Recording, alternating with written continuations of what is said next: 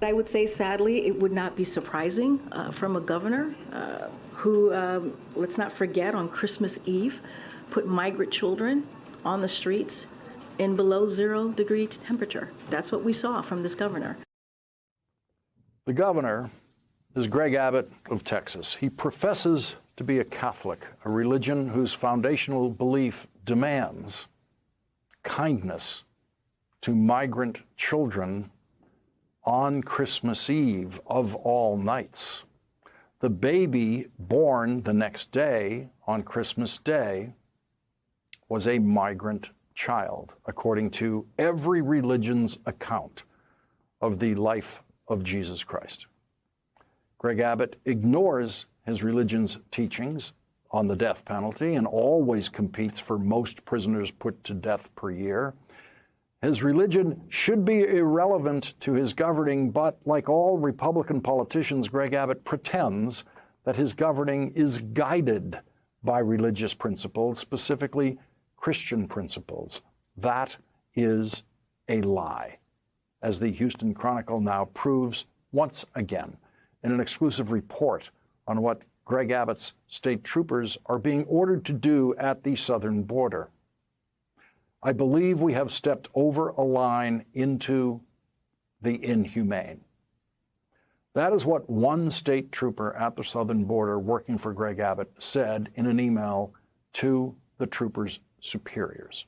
The email, reported in the Houston Chronicle, describes miles of razor wire and floating buoys in the Rio Grande River with razor wire attached to them. The Houston Chronicle reports, quote, according to the email, a pregnant woman having a miscarriage was found late last month, caught in the wire, doubled over in pain. A 4-year-old girl passed out from heat exhaustion after she tried to go through it and was pushed back by Texas National Guard soldiers.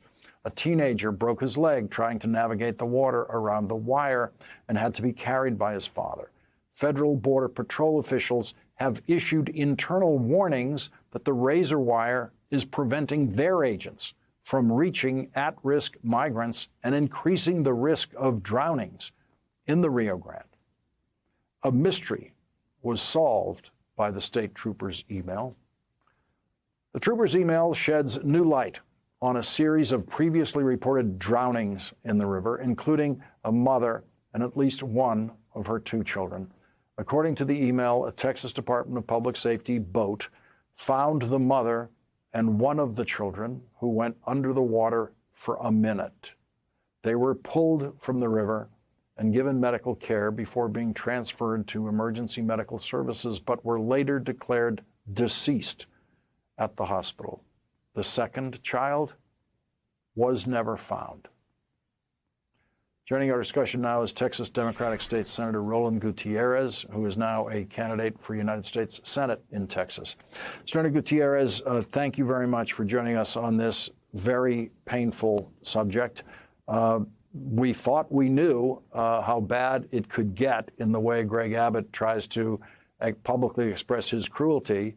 But one of the odd things about what he's doing now is he's doing it at a point where border crossings are the lowest that they've been in the last couple of years. That's right, Lawrence. First off, thank you for having me. I don't have words or names that I could call the man, and I've called him a few, to explain what's going on in Texas or to explain what is in this man's heart. But what's happening along the border is not immigration policy when it comes to DPS or the Texas National Guard. It's plain and it's just one word, and that's cruelty. This governor has suggested that we are there to deter immigrants from coming in, but the policies that we have in place have nothing to do with immigration. It's very simple. If you want to play immigration cop, call the Border Patrol, detain the folks that are coming in, and have them processed. Most of them get deported. A few of them get the preliminary pieces of an asylum claim, the first phases of an asylum claim. Let's be very clear what's happening along the border, and it is not immigration policy. This is just another lie that is tantamount to this man's administration. And we deserve better in Texas. We deserve better as humans. We deserve better These poor people deserve so much better. I'm just at a loss for words.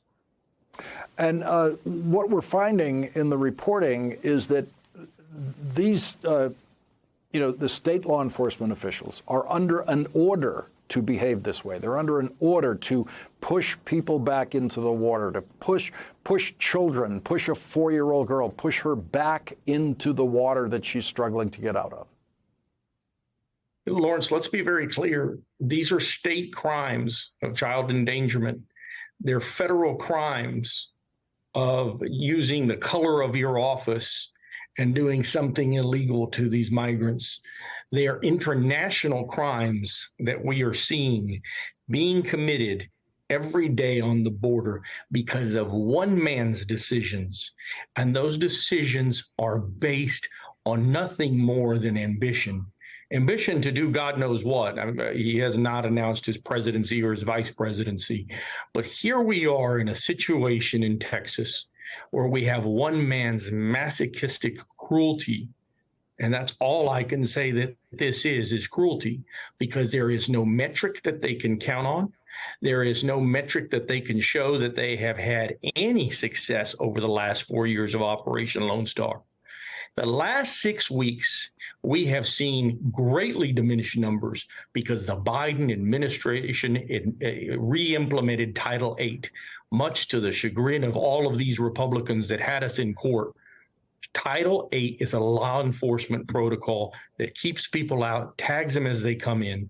Title 42, the chaos that was brought by Donald Trump, is what has created the madness on the border. Let's be very clear with people and let's tell the truth.